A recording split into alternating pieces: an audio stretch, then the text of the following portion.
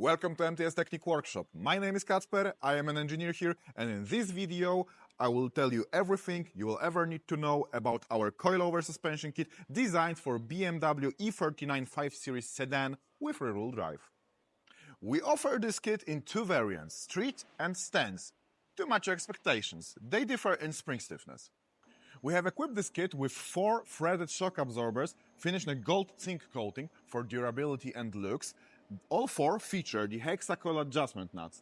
Hexacoils have a tiny locking screw. Now your height adjustments are safe and secure. We have equipped this kit with springs manufactured by a German company eibach.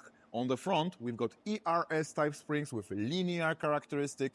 Their inner diameter of 60 mm allows for easy replacement with springs of different stiffness. Moreover, on the front we also added helper springs that provide mainsprings with preload.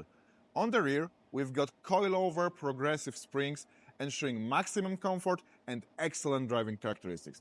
Exactly what you want from a 5 Series. This kit also includes dedicated bump stops and dust covers on both front and rear struts, as well as black anodized aluminum spring caps for different springs.